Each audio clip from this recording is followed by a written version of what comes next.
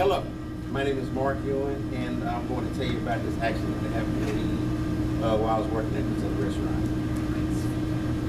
We were doing a wedding, and while I was on the back line between the double stacked ovens and the reaching cooler, the leg fell off the oven and came falling towards me. And that's like 1,000 pounds of steel, and nothing to stop it with. But luckily, I got out of the way. It didn't hit me, but that could have been prevented if some precautions were put in place. Now, I'm going to tell you or inform you on how to organize, clean, and store the things that may or may not cause serious injury to you or your co-worker so that you can have a safe work environment. All right. When I'm done, you would know how to avoid being struck by accident hazards, learn preventative practice to eliminate hazards, and how to pay attention and prepare. Now, these accidents are frequently related to material handling and housekeeping. Poorly stacked materials may fall or slide. Objects blocking aisles could cause bumps or tripping. Overhead storage shelves, racks, hangers, aisles, passageways, doors can be a source of danger. Careless work habits can make hazards even worse. First, let's go over struck by accident hazards. This is where an object, whether falling or sliding off an object, hits another worker, or yourself, or anybody that may be in that area. This type of injury is not limited to just falling objects, but can also include swinging doors, objects that are leaning against walls, faulty or missing guards on equipment. They can lead to tripping, falling, or even death. So, if there's a safety shield or screen on a piece of equipment, it needs to be left on there and not removed off of it.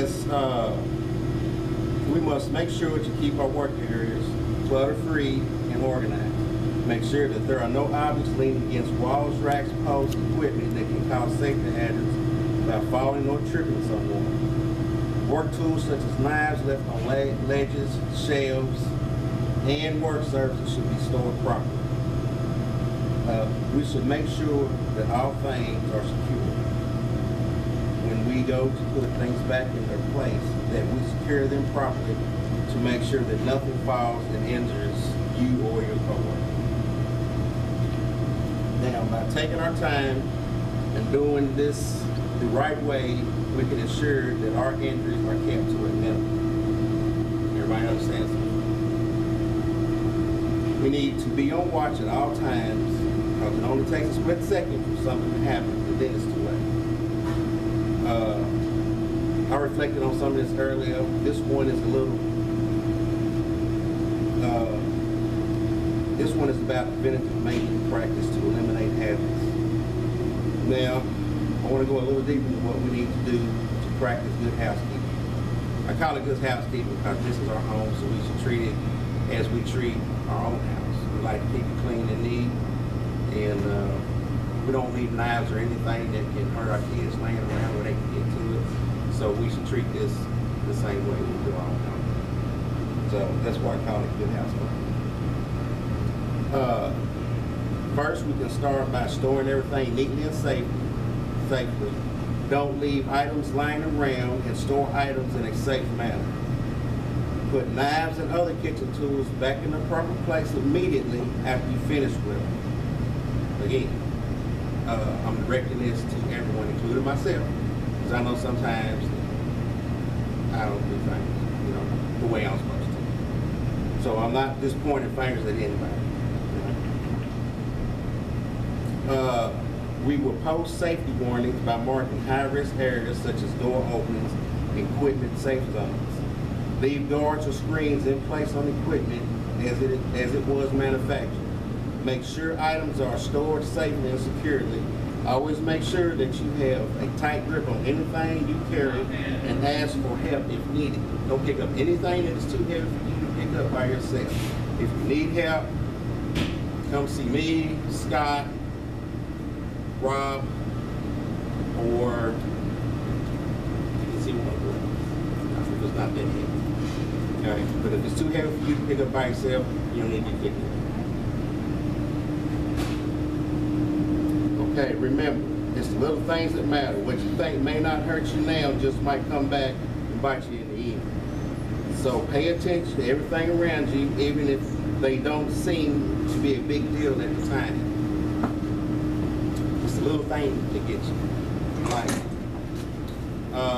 for instance, a piece of spaghetti on the floor.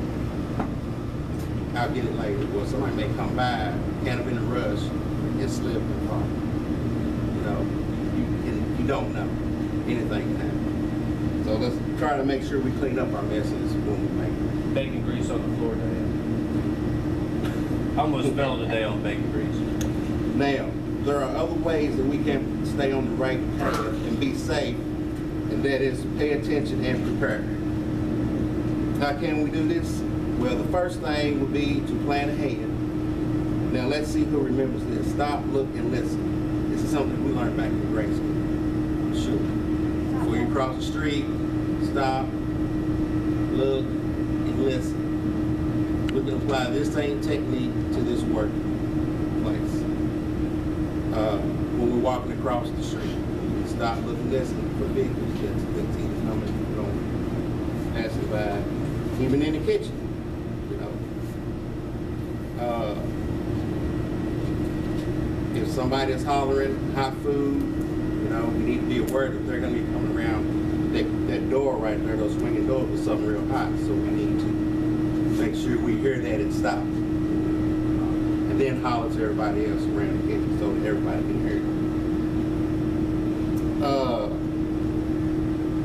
By doing this, we can prevent an accident that we wouldn't notice if we weren't paying attention. Always be aware of your surroundings. Post communication signs in areas that have high traffic. You can even complete an observation checklist. One of the most important things you can do is to get educated and educate others. So we need to pass along any knowledge that we have of safety that we've learned at the different places we work.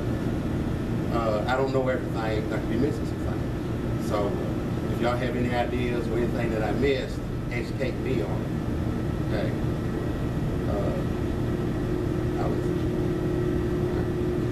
As well as each other.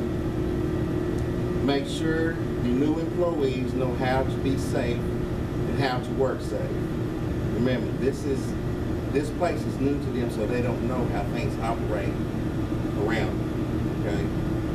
The more we help each other, the safer this place will be. We don't want to see anyone get hurt. And if you see someone being unsafe, stop them and show them the correct way to do it. Do it in a nice way. Okay? Don't run up to them and scare them. That's going to make them hurt themselves even worse. All right? Just approach it calmly. We're all in this together, and we need to work together and help to make our house a safer place for us and our guests. And how can we do this? It's by communication. We need to communicate with each other, let each other know what's going on around us at all times. So let me leave you with this. Let us remember to watch out for accidents, hazards, practice preventable measures, eliminate hazards, and pay attention and prepare for our surroundings around us so that we can be safe at our jobs and make it back home without injury to our family. Safety only works when it's practiced by everyone. We don't want any unnecessary accidents to cause someone any grief. Remember what I told you in the beginning about the others. Now that could have been turned out a lot different. I could have been smashed by 1,000 pounds of hot steel, but I paid attention to my surroundings and I'm here with you today. Thank you.